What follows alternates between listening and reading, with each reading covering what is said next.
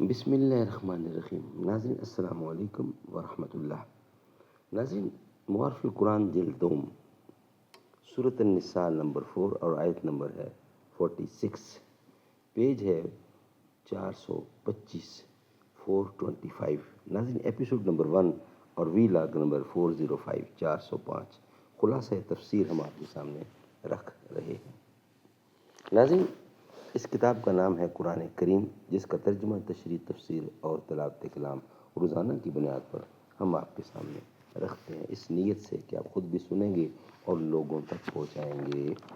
ناظرین، اس کتاب کا ٹائٹل ہے معارف القرآن، جلد نمبر 2، سورۃ آل عمران سے لے کر سورۃ النساء تک، پارہ نمبر 3 کا رکوع نمبر 9 سے لے کر پارہ نمبر 6 کا رکوع نمبر 4 ہے، اور رائٹر ہیں اس کتاب کی حضرت مولانا مفتی محمد شفیع صاحب عثمانی رحمۃ اللہ علیہ، مفتی اعظم پاکستان۔ نحمده ونصلی علی رسولہ الکریم، بسم اللہ الرحمن الرحیم۔ قال النبی صلی اللہ علیہ وسلم، خیرکم من تعلم القرآن وعلمہ۔ بہترین لوگ وہ ہیں جو خود بھی قرآن پڑھیں، دوسروں کو پڑھائیں، سکھائیں اور لکھائیں۔ کوئی تو سود چکائے، کوئی تو ذمہ لے، اس انقلاب کا جو آج تک خوددار سا ہے۔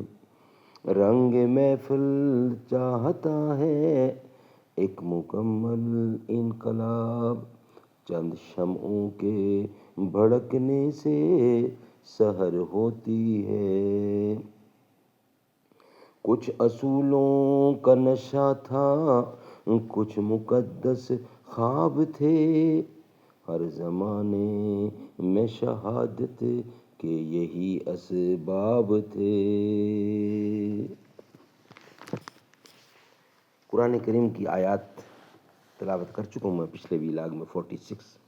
ناظرین، یہ اس کا خلاصہ تفسیر ہم آپ کے سامنے رکھ رہے ہیں۔ اے مخاطب، کیا تو نے ان لوگوں کو نہیں دیکھا، یعنی دیکھنے کے قابل ہیں؟ دیکھو تو تعجب کرو جن کو کتاب اللہ یعنی تورات کے علم کا ایک بڑا حصہ ملا ہے، یعنی تورات کا علم رکھتے ہیں، باوجود اس کے کہ وہ لوگ گمراہی یعنی کفر کو اختیار کر رہے ہیں، اور خود تو گمراہ ہوئے ہی تھے، مگر وہ یوں چاہتے ہیں کہ تم بھی راہ راست سے علادہ ہو کر بے راہ ہو جاؤ، یعنی طرح طرح کی تدبیریں اس کی کرتے ہیں، جیسا کہ تیسرے پارہ کے آخر اور چوتھا کے شروع میں کچھ ذکر بھی ہو چکا ہے۔ اور تم کو اگر ان لوگوں کی اب تک خبر نہ ہو تو کیا اللہ تعالیٰ تو تمہارے ان دشمنوں کو خوب جانتے ہیں، اس لیے تم کو بتلا دیا، سو تم ان سے بچتے رہو، اور ان کا حال مخالف کا سن کر زیادہ فکر میں نہ پڑ جانا، کیونکہ اللہ تعالیٰ تمہارا کافی رفیق ہے کہ تمہاری مصلحتوں کی رعایت رکھے گا، اور اللہ تعالیٰ تمہارے لیے کافی حامی ہے کہ ان کی مسرتوں سے تمہاری حفاظت کرے گا۔ اور یہ لوگ جن کا ذکر ہو چکا ہے یہودیوں میں سے ہیں، اور ان کا گمراہی کو اختیار کرنا جو جواد پر آ چکا ہے، جو ان کے اوپر آ چکا ہے، اور ان کا گمراہی کو اختیار کرنا جو اوپر آ چکا ہے، یہ ہے کہ کلام الہی یعنی تورات کو اس کے مواقع اور محل سے لفظاً یا معناً دوسری طرف پھیر دیتے ہیں، اور ایک گمراہی ان کی جس میں دھوکے سے دوسرے سادہ ذہن شخص کا پھنس جانا بھی ممکن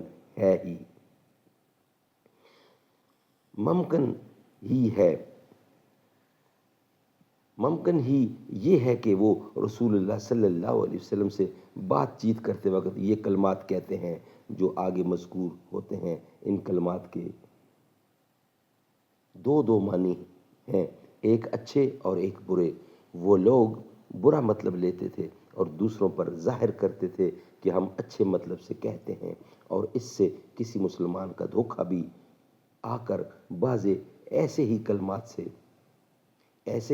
سے حضور صلی اللہ علیہ وسلم سے خطاب کرنا بعید نہ تھا۔ چنانچہ سورۃ بقرہ کے رکوع میں مومنین کو لفظ رائنا سے ممانعت فرمائی گئی ہے۔ بس اس اعتبار سے یہود کا ان کلمات کو کہنا ایک گناہ دوسرے کو گمراہ کرنا بھی ہے، گو لفظاً ہی ہو، بس اس میں یریدون ان تزلو کا لفظ جو کہ اوپر آیا ہے بیان بھی ہو گیا ہے، جیسا کہ من الذین ہادو میں بیان تھا، الذین اوتو نصیبا کا، اور یحرفون میں بیان فرمایا تھا، یعنی بیان تھا یشترون کا۔ ان کلمات میں سے ایک یہ ہے سمینا و اسینا، اس کا ترجمہ تو یہ ہے کہ ہم نے سن لیا اور مانا نہیں۔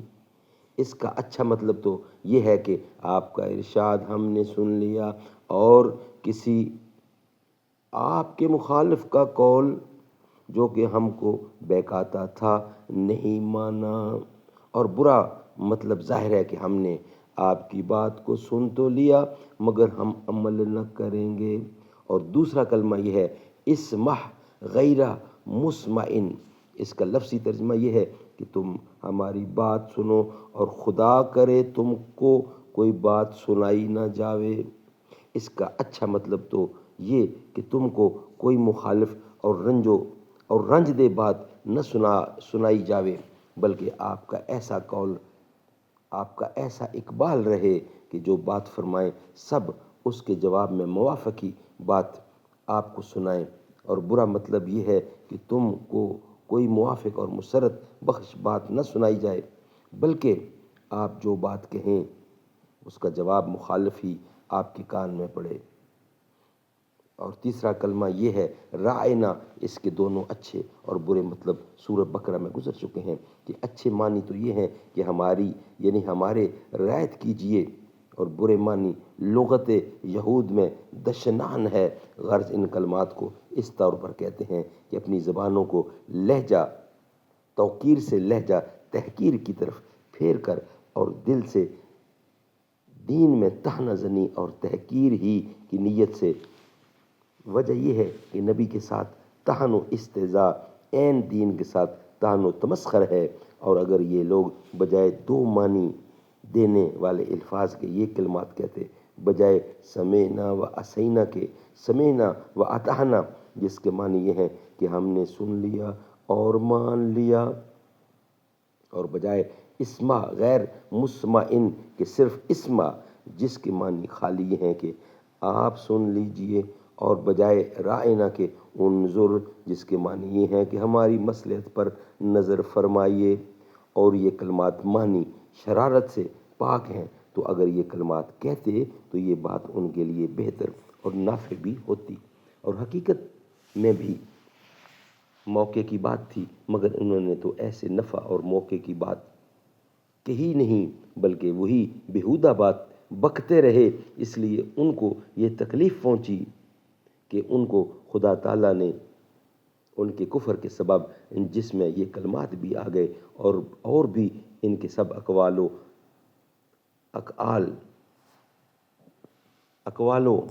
افعال کفریہ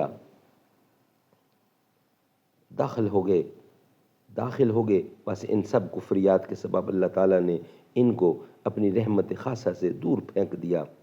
اب وہ ایمان نہ لائیں گے، ہاں مگر تھوڑے سے آدمی، بوجہ اس کے کہ وہ ایسی حرکتوں سے دور رہے۔ وہ دوری رحمت خاصہ سے مستثنی ہے، اور وہ ایمان بھی لے آئے جیسے عبداللہ بن سلام وغیرہ۔ ناظرین، یہ ہمارا ویلاگ یہاں ہی کمپلیٹ ہوتا ہے، نیکسٹ ویلاگ کے ساتھ انشاءاللہ حاضر ہوں گے۔ صحابہ کے دامن میں آ کر تو دیکھو، ملے گا سکون آزما کر تو دیکھو، ہمیں ان کا ناموس ہے جاں سے پیارا، صحابہ پہ انگلی اٹھا کر تو دیکھو۔